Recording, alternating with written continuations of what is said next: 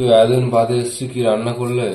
হ্যাঁ, তুমি এতদিন পরে এসেছো, তোমার জন্য অনেক কিছু আজকে রান্না করেছি। দেখো, এখানে আছে হচ্ছে মাছের ঝাল, কাতলা মাছের ঝাল, আহ, সুন্দর। একদম মাখা মাখা করে করেছি।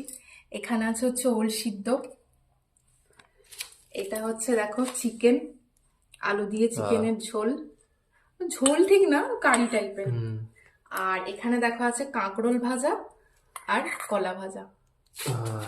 আর ভাত তো আছেই। দেখো এত কিছু রান্না করেছো, তুমি খুশি তো? খুশি তুমি? ঠিক আছে, তাহলে চলো তোমাকে খেতে দিয়ে দিই। দেখো, এটা ওই চালের ভাত। এটা একটু ভাতটা শক্ত হয়ে গেছে মনে হয়। ওই ফরচুনের যে ওই চালটা করেছি জানো। তো খেয়ে নাও, খেয়ে কথা বলছি।